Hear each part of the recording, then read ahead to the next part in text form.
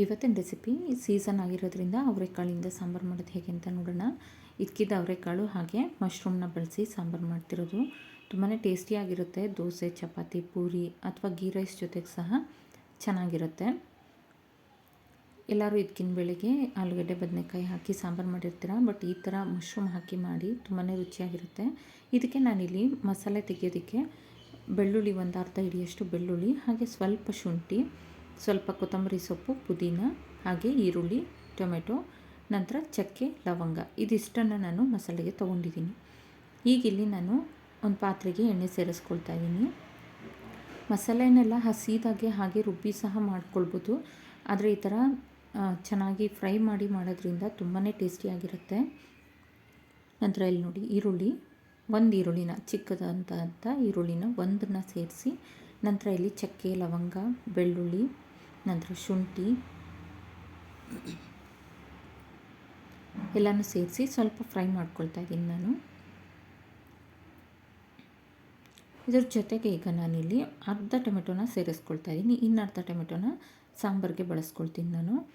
ಇಲ್ಲಿ ಅರ್ಧ ಟೊಮೆಟೊ ಸೇರಿಸ್ಕೊಳ್ತಾ ಇದ್ದೀನಿ. ನೀವು ಟೊಮೆಟೊ ಬೇಡ ಅನ್ನೋರು, ಹುಳಿ ಅಂಶ ಇಷ್ಟ ಇಲ್ಲದೆ ಇರೋರು ಟೊಮೆಟೊನ ಹಾಕದೆ ಹೋದರೂ ನಡೆಯುತ್ತೆ. ಒಂದು ಹಸಿರು ಮೆಣಸಿನ್ಕಾಯಿ ಸೇರಿಸ್ಕೊಳ್ತಾ ಇದ್ದೀನಿ ಫ್ಲೇವರ್ಗೋಸ್ಕರ. ಹಾಗೆ ಒಂದು 4ರಿಂದ 5 ಖಾರಕ್ಕೆ ತಕ್ಕನಾಗೆ ಖಾರದ ಮೆಣಸಿನ್ಕಾಯಿ ಸೇರಿಸ್ಕೊಳ್ಬೇಕು. ನೀವು ಬೇಕಿದ್ದರೆ ಖಾರದ ಪುಡಿನೂ ಹಾಕ್ಕೊಳ್ಬೋದು. ನಾನಿಲ್ಲಿ ಒಂದು ಬ್ಯಾಡಗೆ ಮೆಣಸಿನ್ಕಾಯಿನ ಸೇರಿಸ್ಕೊಂಡಿದ್ದೀನಿ. ಖಾರದ ಪುಡಿ ಹಾಕೋದಕ್ಕಿಂತ ಈ ಥರ ಒಣಗಿರೋಂಥ ಮೆಣಸಿನ್ಕಾಯಿ ಬಳಸಿ ಮಾಡೋದ್ರಿಂದ ತುಂಬಾ ಟೇಸ್ಟಿಯಾಗಿ ಬರುತ್ತೆ. ಹಾಗೆ ಇಲ್ಲಿ ಒಂದು ಅರ್ಧ ಸ್ಪೂನ್ನಷ್ಟು ಗಸಗಸೆ, ನಂತರ ಒಂದು 1/4 ಸ್ಪೂನ್ನಷ್ಟು ಸೋಂಪು ಹಾಕೋದ್ರಿಂದ ಸಾಂಬಾರು ಫ್ಲೇವರ್ ತುಂಬ ಚೆನ್ನಾಗಿ ಬರುತ್ತೆ. ಸೋಂಪನ್ನ ಸ್ಕಿಪ್ ಮಾಡಬೇಡಿ, ಸೋಂಪನ್ನ ಬಳಸಿ, ತುಂಬಾ ಚೆನ್ನಾಗಿ ಫ್ಲೇವರ್ಫುಲ್ಲಾಗಿ ಬರುತ್ತೆ ಸಾಂಬಾರು. ಹಾಗೆ ಇಲ್ಲಿ 1 ಸ್ಪೂನ್ನಷ್ಟು ಕಡಲೆಪಪ್ಪು ಅಥವಾ ಪುಟಾಣಿ ಅಂತಿರಲ್ಲ, ಅದನ್ನು ಹಾಕ್ಕೊಂಡಿದ್ದೀನಿ. ನಂತರ ಇದನ್ನೆಲ್ಲನೂ ಚೆನ್ನಾಗಿ ಮಿಕ್ಸ್ ಮಾಡಿಕೊಟ್ಟು ಫ್ರೈ ಮಾಡ್ಕೊಳ್ಬೇಕು. ಈಗ ಇದಕ್ಕೆ ನಾನಿಲ್ಲಿ ಕೊತ್ತಂಬರಿ ಮತ್ತು ಪುದೀನಾನ ಸೇರಿಸ್ಕೊಳ್ತಾ ಇದ್ದೀನಿ. ಸ್ವಲ್ಪನೇ ಸಾಕು, ತುಂಬಾ ಬೇಕಾಗೋದಿಲ್ಲ.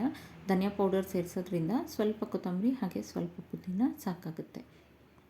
ಇದಿಷ್ಟನ್ನು ಹಾಕಿ ಸ್ವಲ್ಪ ಫ್ಲೇಮ್ನ ಆಫ್ ಮಾಡಿಕೊಂಡೇ ಇದನ್ನೆಲ್ಲನೂ ಫ್ರೈ ಮಾಡ್ಕೊಳ್ಬೋದು.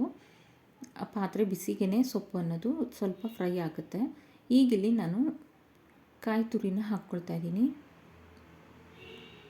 ನಾನಿಲ್ಲಿ ಒಂದು 5ರಿಂದ 6 ಸ್ಪೂನ್ನಷ್ಟು ಕಾಯಿ ತುರಿ ಸೇರಿಸ್ಕೊಂಡಿದ್ದೀನಿ.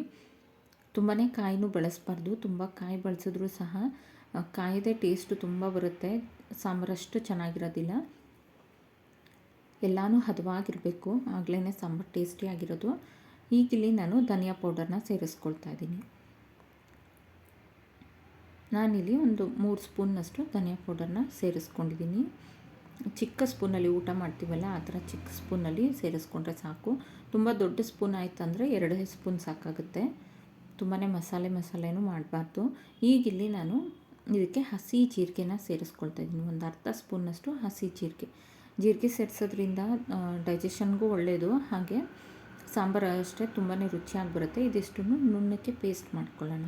ನಂತರ ಇಲ್ಲಿ ಒಂದು ಕುಕ್ಕರ್ ತೊಗೊಂಡಿದ್ದೀನಿ. ಕುಕ್ಕರ್ಗೆ ಒಂದು 2ರಿಂದ 3 ಸ್ಪೂನ್ನಷ್ಟು ಬೆಣ್ಣೆ ಸೇರಿಸ್ಕೊಳ್ತಾ ಇದ್ದೀನಿ. ಯಾವಾಗಲೂ ಇದಕ್ಕಿನ ಬೇಳೆ ಸಾಂಬಾರಿಗೆ ಬೆಣ್ಣೆಯಿಂದ ನಾವು ಒಗ್ಗರಣೆ ಕೊಡೋದ್ರಿಂದ ತುಂಬಾ ರುಚಿಯಾಗಿ ಬರುತ್ತೆ. ಬೆಣ್ಣೆ ಇಲ್ಲ ಅನ್ನೋರು ತುಪ್ಪದಲ್ಲಿ ಸಹ ಒಗ್ಗರಣೆ ಕೊಡ್ಬೋದು. ನಂತರ ಇಲ್ಲಿ ಇದಕ್ಕೆ ಸಾಸಿವೆ ಸೇರಿಸಿದ್ದೀನಿ. ಸಾಸಿವೆ ಎಲ್ಲ ಚಿಟಪಟ ಅಂದಿದ ತಕ್ಷಣ ಇದಕ್ಕೆ ಕರಿಬೇವು ಹಾಗೆ ಈರುಳ್ಳಿನ ಸೇರಿಸ್ಕೊಂಡು ಫ್ರೈ ಮಾಡ್ಕೊಳ್ತೀನಿ. ಕರಿಬೇವು ಮತ್ತು ಈರುಳ್ಳಿನ ಫ್ರೈ ಮಾಡಿದ ನಂತರ ಅರ್ಧ ಟೊಮೆಟೊ ನಾವು ಏನು ಎತ್ತಿಟ್ಕೊಂಡಿದ್ವಲ್ಲ, ಅರ್ಧ ಟೊಮೆಟೊನ ಸಹ ಈಗ ಸೇರಿಸ್ಕೊಳ್ತಾ ಇದ್ದೀನಿ ನಾನು. ಇದಿಷ್ಟನ್ನು ಫ್ರೈ ಮಾಡ್ಕೊಳ್ಳೋಣ. ನಂತರ ಇದಕ್ಕೆ ನಾನು ಅವರೆಕಾಳನ್ನು ಇದಕ್ಕೆ ಇಟ್ಟಿರೋಂಥ ಕಾಳನ್ನು ನಾನು ಇಲ್ಲಿ ಸೇರಿಸ್ಕೊಳ್ತಾ ಇದ್ದೀನಿ. ನೀಟಾಗಿ ತೊಳೆದು ನಂತರ ಸೇರಿಸ್ತಾ ಇದ್ದೀನಿ, ನೀರೆಲ್ಲ ಸೋಸಿ. ಇದಕ್ಕಿದ ನಂತರ ಕಾಳನ್ನು ನೀಟಾಗಿ ತೊಳ್ಕೊಳ್ಬೇಕಾಗುತ್ತೆ, ಹಾಗೆಯೇ ಸೇರಿಸಬಾರ್ದು. ನಂತರ ಇದನ್ನೆಲ್ಲನೂ ಒಂದು ರೌಂಡು ಚೆನ್ನಾಗಿ ಮಿಕ್ಸ್ ಮಾಡಿಕೊಟ್ಟು ನಂತರ ಇದಕ್ಕೆ ಅರಿಶಿನ ಸೇರಿಸಿ ಒಳ್ಳೆ ಮಿಕ್ಸ್ ಕೊಡಬೇಕು. ಇದಿಷ್ಟು ಫ್ರೈ ಮಾಡ್ಕೊಳ್ತಾ ಇದ್ದಾಗೆ ಇದಕ್ಕೆ ನಾನಿಲ್ಲಿ 1 ಪ್ಯಾಕೆಟ್ನಷ್ಟು ಅಂದರೆ 200 ಗ್ರಾಮ್ನಷ್ಟು ಮಶ್ರೂಮ್ ತೊಗೊಂಡಿದ್ದೀನಿ. ಮಶ್ರೂಮ್ನ ಸಹ ಸೇರಿಸ್ತಾ ಇದ್ದೀನಿ. ಸೀಸನ್ ಆಗಿರೋದ್ರಿಂದ ಇದಕ್ಕಿನ ಬೇಳೆಕಾಳು ಸಾಂಬಾರ್ದು ತುಂಬ ಟೇಸ್ಟಿಯಾಗಿ ಬರುತ್ತೆ. ಹಾಗೆ ಇದಕ್ಕೆ ನಾವು ಚಿಕನ್ ಸಾಂಬಾರಿಗೂ ಸಹ ಸೇರಿಸ್ಕೊಳ್ಬೋದು ಇದಕ್ಕಿನ ಕಾಳನ್ನು, ಅಥವಾ ಮಟನ್ ಸಾಂಬಾರಿಗೂ ಸೇರಿಸ್ಬೋದು. ಕೀಮಾ ಮಾಡೋದಿದ್ದರೆ ಅದರಲ್ಲೂ ಸಹ ಸೇರಿಸ್ಬೋದು. ಈ ಥರ ಎಲ್ಲನೂ ಫ್ರೈ ಮಾಡಿಕೊಟ್ಟ ನಂತರ ಇದಕ್ಕೆ ಮಸಾಲೆ ಸೇರಿಸ್ಕೊಳ್ತಾ ಇದ್ದೀನಿ ನಾನು. ಮಶ್ರೂಮ್ನ ಸೇರಿಸಿರೋದ್ರಿಂದ ನಾನ್ ವೆಜ್ ಸಾಂಬಾರು ಥರನೇ ಅನಿಸುತ್ತೆ, ತುಂಬಾ ರುಚಿಯಾಗಿ ಬರುತ್ತೆ. ಹಾಗೆ ಇದಕ್ಕೆ ಸ್ವಲ್ಪ ನೀರನ್ನು ಸೇರಿಸ್ತಾ ಇದ್ದೀನಿ ನಾನು. ಸ್ವಲ್ಪ ನೀರನ್ನು ಸೇರಿಸಿ ಇದನ್ನು ಚೆನ್ನಾಗಿ ಮಿಕ್ಸ್ ಮಾಡಿಕೊಡೋಣ. ಈಗ ನಾನಿಲ್ಲಿ ಇನ್ನೂ ಒಂದು ಗ್ಲಾಸ್ನಷ್ಟು ನೀರನ್ನು ಸೇರಿಸಿ ಮಿಕ್ಸ್ ಮಾಡಿಕೊಡ್ತಾಯಿದ್ದೀನಿ. ಮಿಕ್ಸರ್ ಜಾರಿಗೆ ನೀರನ್ನು ಸೇರಿಸಿ ಹಾಕ್ಕೊಳ್ತಾ ಇದ್ದೀನಿ, ಮಸಾಲೆ ಎಲ್ಲ ನೀಟಾಗಿ ಬರುತ್ತೆ ಅಂತ. ಇದನ್ನೆಲ್ಲ ಚೆನ್ನಾಗಿ ಮಿಕ್ಸ್ ಮಾಡಿಕೊಡ್ಬೇಕು.